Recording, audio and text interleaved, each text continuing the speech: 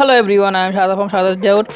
I am back another video. Today video about is Vivo S1, Pocophone F1 and Mi A2 camera comparison. So guys, it's the video.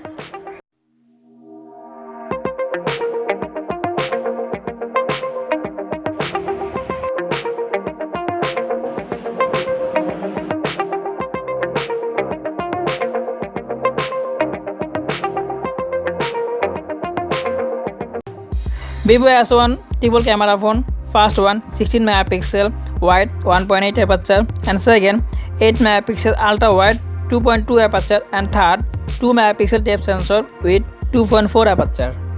Mi A2 main dual camera. First one 12 megapixel with 1.8 aperture and second 20 megapixel 1.8 aperture depth sensor. On the other hand, Pocophone F1 also dual camera. First one 12 megapixel 1.9 aperture and second 5 megapixel depth sensor.